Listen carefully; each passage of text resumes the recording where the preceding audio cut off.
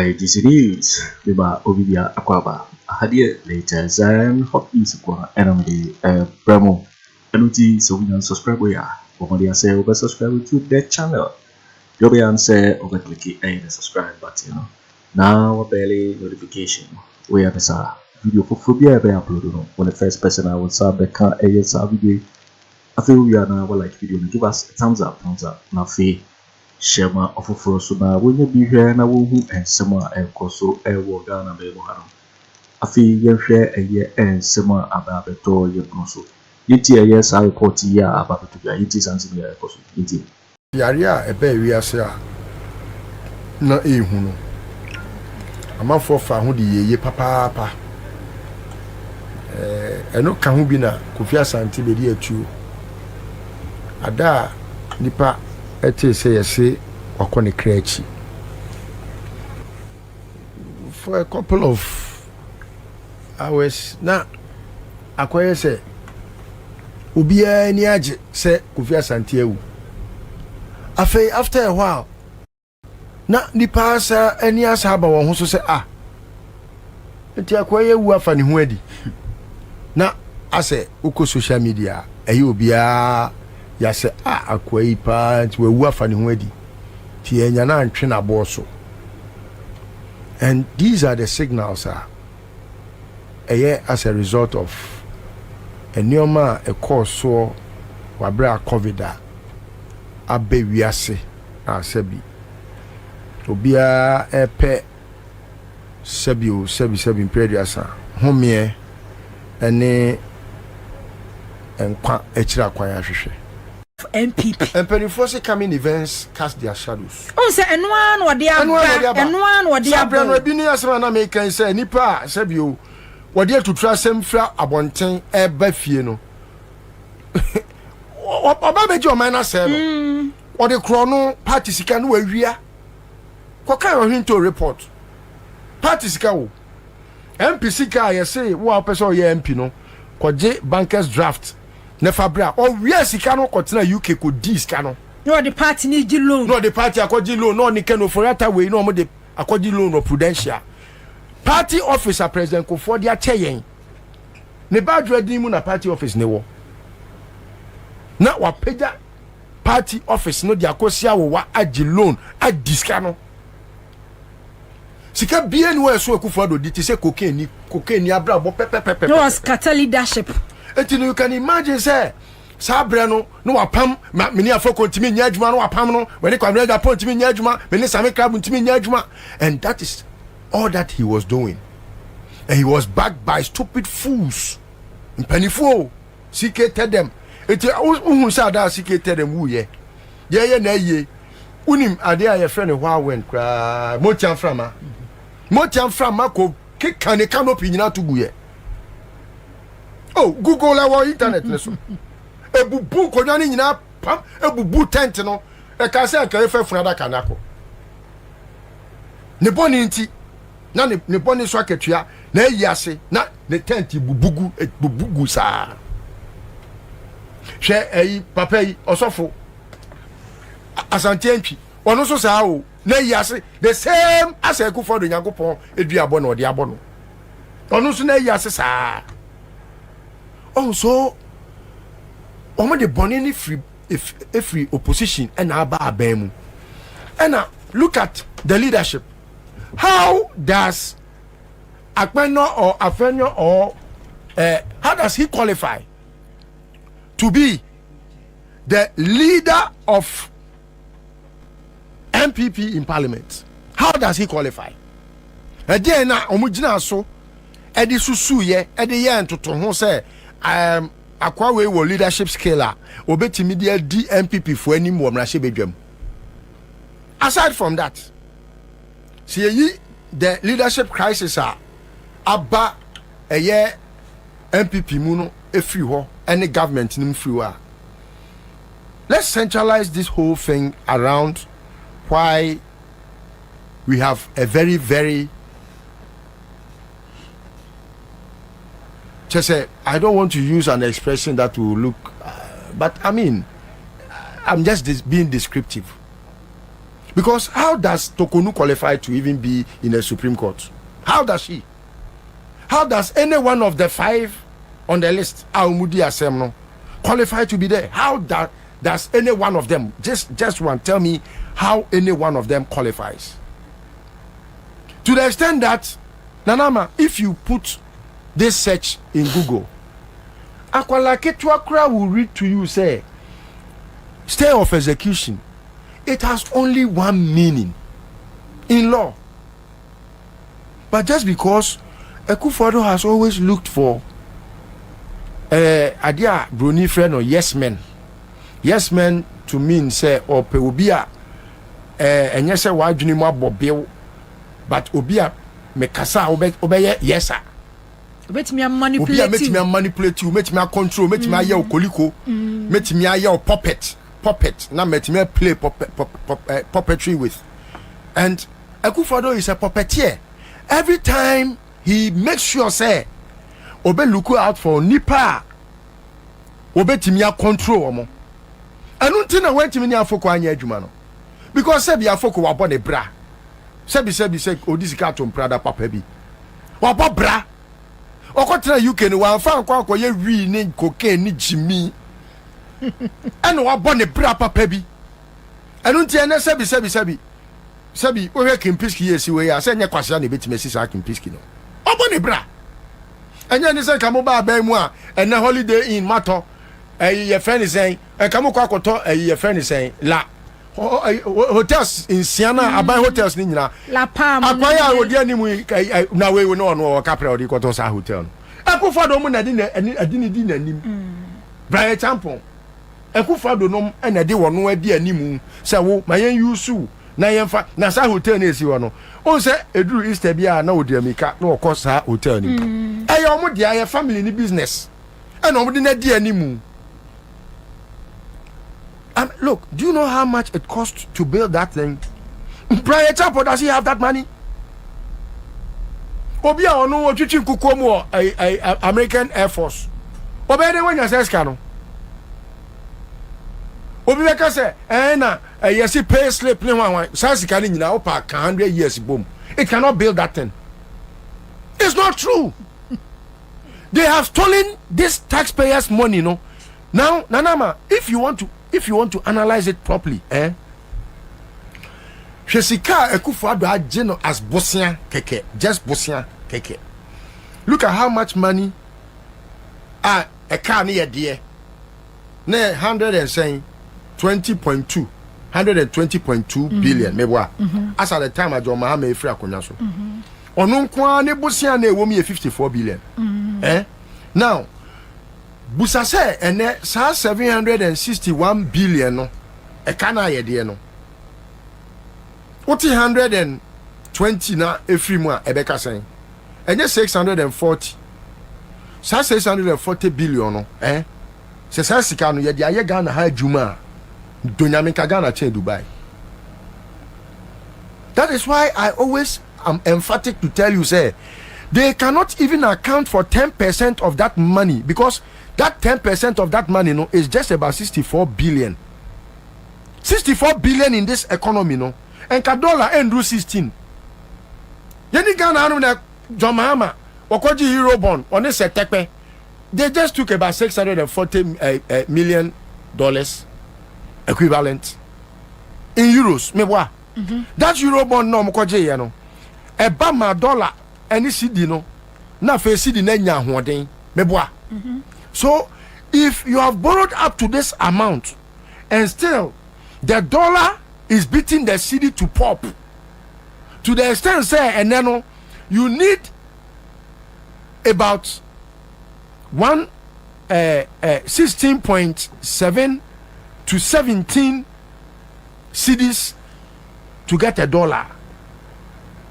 Now Obi Kacha will say Nipa Sebi you didn't see Omayana no in terms of economy no on share eso no. What you mean Juma? Are we not tackling ourselves? So if you look at all Nipa what do Omatoto Mia no where you minister for way, where you minister for way out, you can see say or look out for people who will be yes men. And who be no the Supreme Court.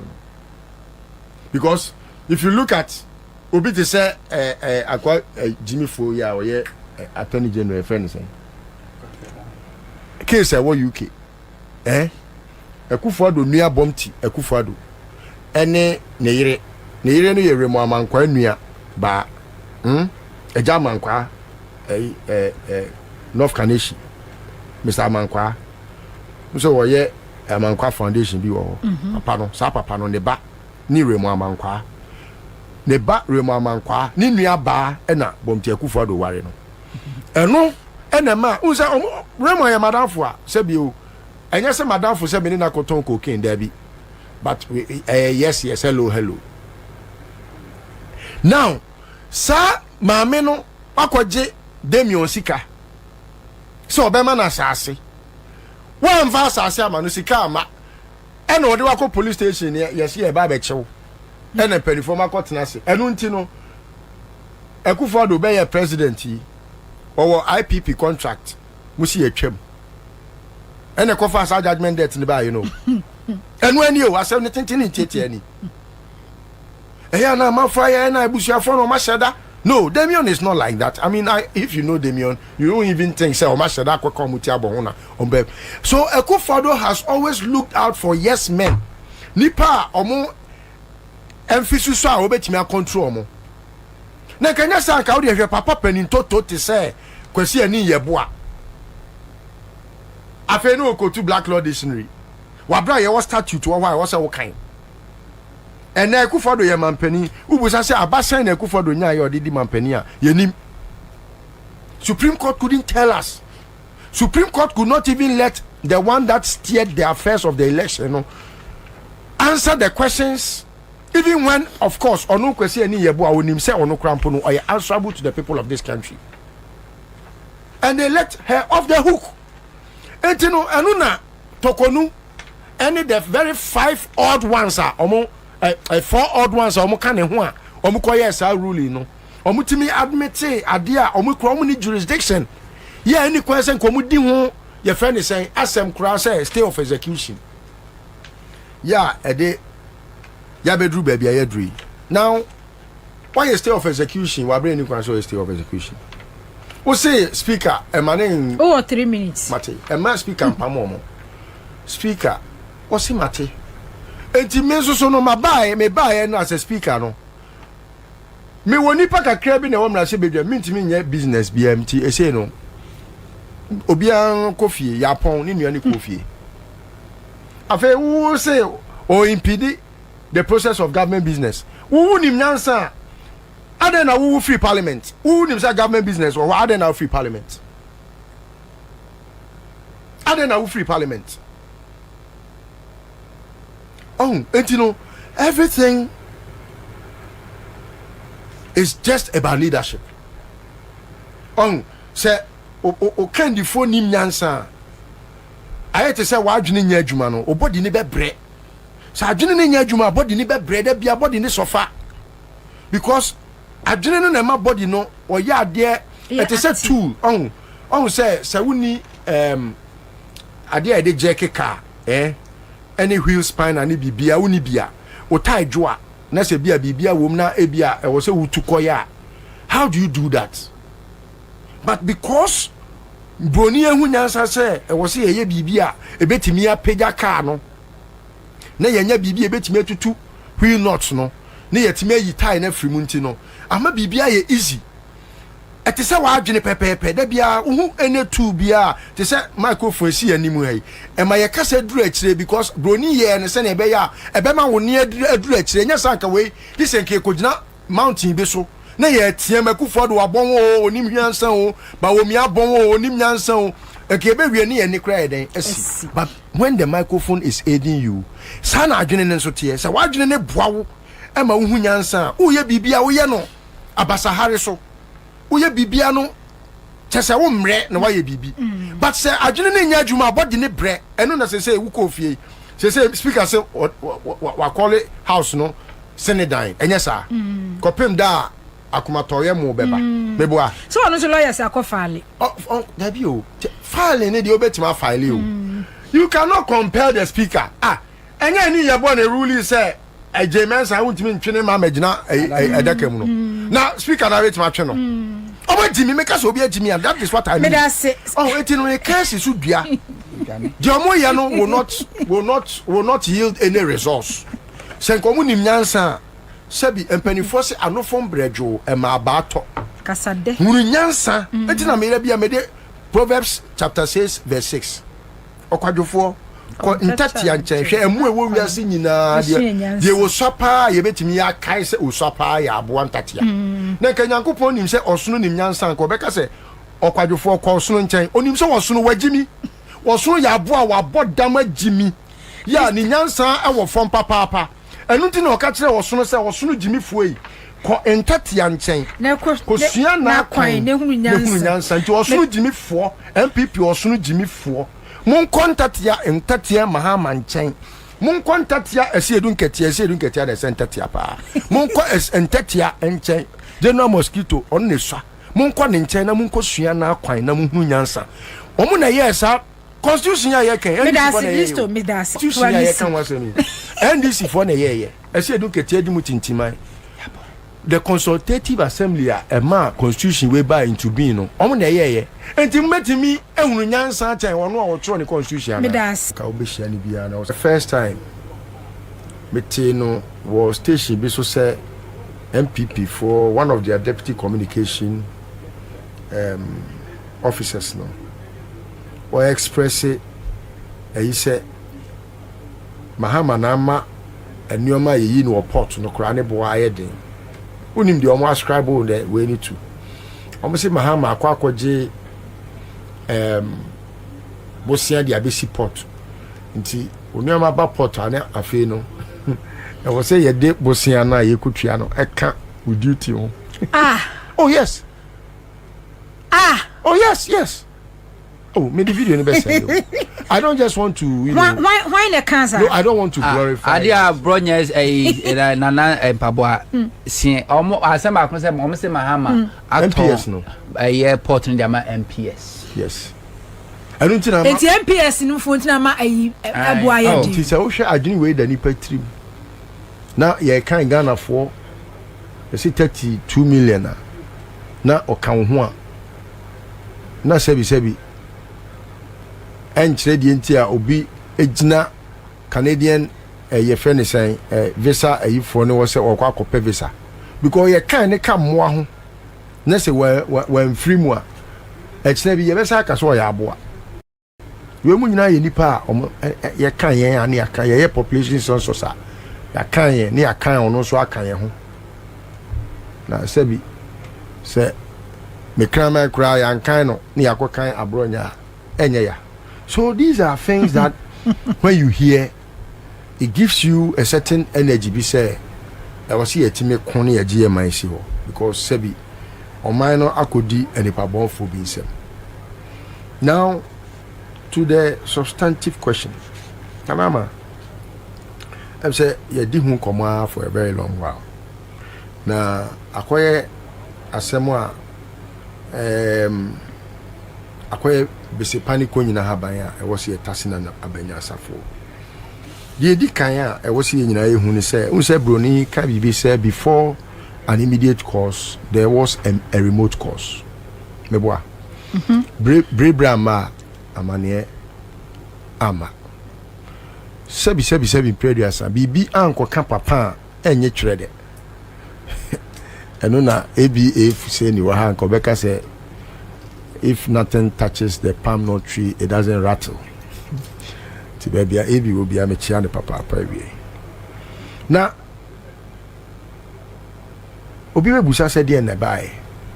Nana ma sebi o unu say obi a ontimi hwe ne fie so kra no.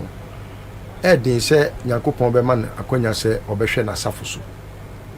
Enu nti say wo hwe even Church of Pentecost the apostles near asofo ahodoa say when you will fie kra na sabio etimi disqualify o say obey asofo impo na nkompese eda kra wonya no abe yo so enti ya na eno no ye nioma ye de check nioma papa enye obia na ye de ne di ade anim sebi preduasa ebre bia na ye ka MPP se Frank Tufo asemo a enam so ma ekoma me ne omunya ntawantawa because mako support Alan against Akufo Addo akoye maso training no sabre no na megina bia na mede anase me fapima mede gina so ade aka sa asem ni nyina ne se enye obia keke ne edi di ade anim sebi democracy there etimi allow for anything what must say democracy and etimi allow for power anase I'm just trying to get a piece, you know, to the adjusted position. Say power, not to denigrate power. But I'm saying, say power, the Indian rule professor. What you say? But democracy will allow them to have only one vote during election. Democracy, it allows for Nyansani and Ekwasia to decide once. What must say? Democracy pe ene betimi ama obi te sa abronye ebeto ababa ako na sebi me so yama me se me nto ababa ako nenya sa enkabusa ho se eye de pa na Akufo Addo qualify in this dispensation in this 21st century say oye o man we penny what qualifies him? I don't have any clue as to why Akufo Addo ought not to have been there because sebi ene yese Sammy hunto eye me mampani a anye bia no minim se Sammy timi bu nkonta etimi sese na brabo sebi anye bia no wafa obremu da na nipa onim ade a ye friend obre onim ye friend hia obi a o ka se ohia yakro otimi ka se yakeka parliament nefia no Asante Bediatuo ni die no. So from 2007 obedi amayoko nanim no wahwa amayoko no animonyam na ba fom papa ama enne no okekane ebia de no ye general secretary de no ye chairman de no ye bia ye friend say organizer now the tutu ne the list of executives are you could really tell say amayoko no a degenerate from bad to worse. Yeah, ama the quality of leadership ebia enkakane no ubetimi anya ewo your friend is saying akandifo a omoboama amayoko no etimi agina brane no enkebia enka wuntimi emobo din bi ti se sebi Miami of Steven Tim say we a party chairman. Can you tell me just one thing that if you so be a party chairman ubetimi agina so aka say oh enu ntimo me mo na baso even po so we a party ba we MPP ni a ubetimi anya ade ba akwa Steven Tim aya ubetimi aka say oh we di ama party na ni ma banyam ba akopɛ hwe obi ti se kodua me ba kodua we general secretary wo de efane kototo enfane nkototo NDC general secretary ho enfane nkototo party bia general secretary ho fatoto even the former general secretary a ono krampo no na adwene wo form party se John Buadu now the assign John Buadu ho na fa kototo obi ti se Kwabena Agyapong a ono so se na adwene no ekọ form pa wo de assign Kwabena Agyapong ho na fa kototo obi ti se ohini into nebusa ho say udi fro hinto kra na de kwa koduru obi te say okra MP dan Kwaku botwe na ubusa ho say ehefa ni efri ni yaba bedru baby ayeduri. So the worst leadership are getting into the governance structure or the government structure. We have the worst president today in the history of this republic And even in the history of all the republics. But listen, me no. From Nanado war position. Yes. Look, President Akufo Addo he endorsed, practiced, incentivized corruption. Oh, you no case say u bana bemu no de benya ho de a and the baby fay. Obwa, President Akufo Addo is a victim of his own circumstances. Because President Akufo Addo as a person, his appetite for money is so high. How? Just that we didn't know that he will allow his appointees to create, loot, and share with opulence, impunity, and arrogance the way they have done it. Until the appointees bang, which may pinpoint terms away. Ken Ofori Atta is one of them. Loot and share. Cecilia Adapa is one of them. Cecilia Adapa, or created the no loot and share. President Akufo Addo himself is corrupt. President Akufo Addo is corrupt. How? Planting for food and job. The minister Ben Okoshe Honey, a friend is Akoto is one of the most corrupt appointees of President Akufo Addo. Nyawu Ken Mustafa, for evidence be end to table no see. Unsa wo come from him. Say we are corrupt. Causing financial loss. Your friend is saying one village, one dam. Obi di na court. And I went to me So I'm just telling you that when we come, President Mahama's government would have as a priority the agenda of government policy to recover all stolen wealth. No, Mustafa, Mimi Kase, Wabo, former agriculture minister Dean, say, or you corrupt. Nam se obi di na court. My court now approve say. Court where judiciary now corrupt no. I am corrupted no. Oh, judiciary su cry corrupt.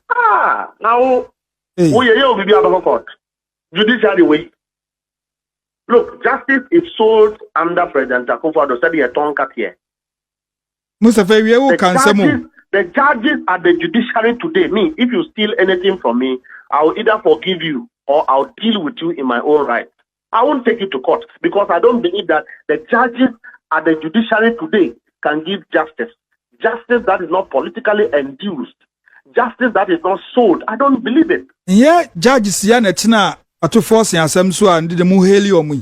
Menya atu force and I didn't hail any judge. I am telling you that for me, I believe that the judiciary today is corrupt. Very corrupt. The worst is the Supreme Court. That is the worst. We've never seen this kind of Supreme Court before. In fact, Niawo Kano, me, Kojo Kyeremanteng, any station Net FM programming me mind. You knew what dance be a look. I have suffered the biggest injustice from the judiciary of this country. Only Hani could demolish me with an ex party order. Does it make judicial sense? The demolition will be free with an ex party order. Have you heard it before? They have made nonsense of law and the rule of law. And if we don't restore this, Ghanaians will lose confidence in their own country. When people believe, say, the judiciary that is supposed to give them justice is corrupt, what do you want them to do? And now no parliament are deal with maybe a judiciary now, you know. You or Dame, you are a journalist. Are you happy about it? Are you proud of the judiciary? Oh my then. Would the men can him? So near my ye won't carry. Judiciary entna, it doesn't sit on Friday. A banner Supreme Court constitutes Friday my judgment. So almost a case, you know, the magnitude of the case as I said, so a drew parliament at them there. They for bill no whatever. Nancy, you. I don't hear the Supreme Court couldn't sit on Friday, but Parliament they drew there. Supreme Court entna Friday was able to sit, and the judgment they have made is shameful. It's an embarrassment to the legal fraternity. And she said, Parliament, I dear be, next will be the Supreme Court. The Supreme Court no aman ruling now. And you know, Kwaswarno. Esan say, don't give. Consusi natural say, Sabibina Yantiasia. The Supreme Court is there to interpret it. So you are telling me that the Supreme Court and the judiciary today does not prioritize murder cases, does not prioritize robbery cases, and Kwaku Annan 2020, the judiciary does not have interest in it. They can't expedite it, but they are in a hurry to deal with parliament issue on Friday. Is that what you're telling me? And this whole unthinkable business of government that is supposed to have been distracted is tax waiver. This government, tax waiver na your priority. Now, so what that mean? 30%, 27 to 30% of your salary go back to government in taxes. Who's the Supreme Court judgment normally by on the parliament issue? No, see, for sitting now, anyway, no, speaker.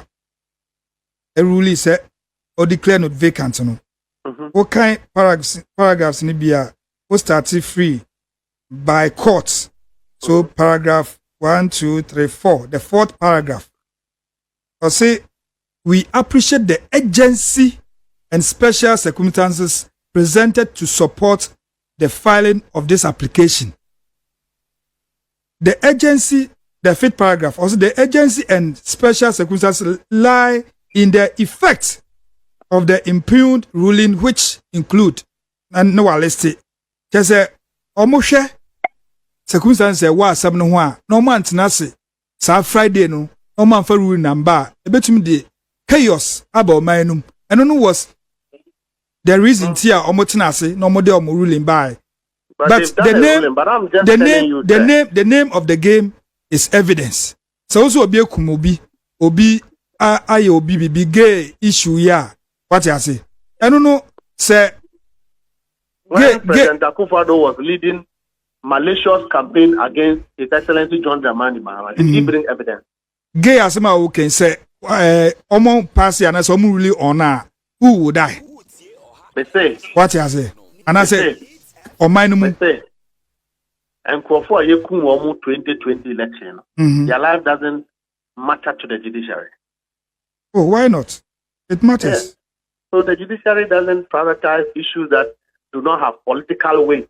So that is why we say that the current judiciary is politically weaponized to undermine the rule of law. In Tianko Montina Siyan High, now where's the Mekwa majority, where's the Mintina minority, where's the Nanka or Manumai here now? But did that stop that situation? It didn't stop that. Look, the whole situation at Parliament is wisdom deficiency. Hey. Apenyo Markens, another didn't apply wisdom. Because if they did, they would have resolved the matter without even going to court. And otchere miensa bonsu. And we're yet leader of the MPP in Parliament. I can assure you that we didn't have to go to the court in the first place.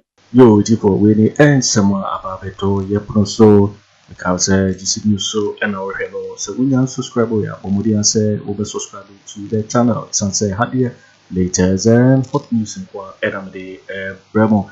I feel we are not like video no nafe share ma of Frosna. We be here now and summer I also. I will Ghana no ham.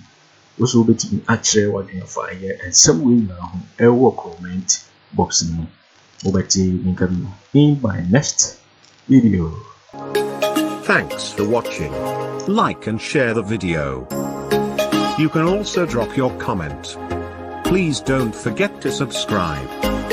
Click on the bell to turn on the notification.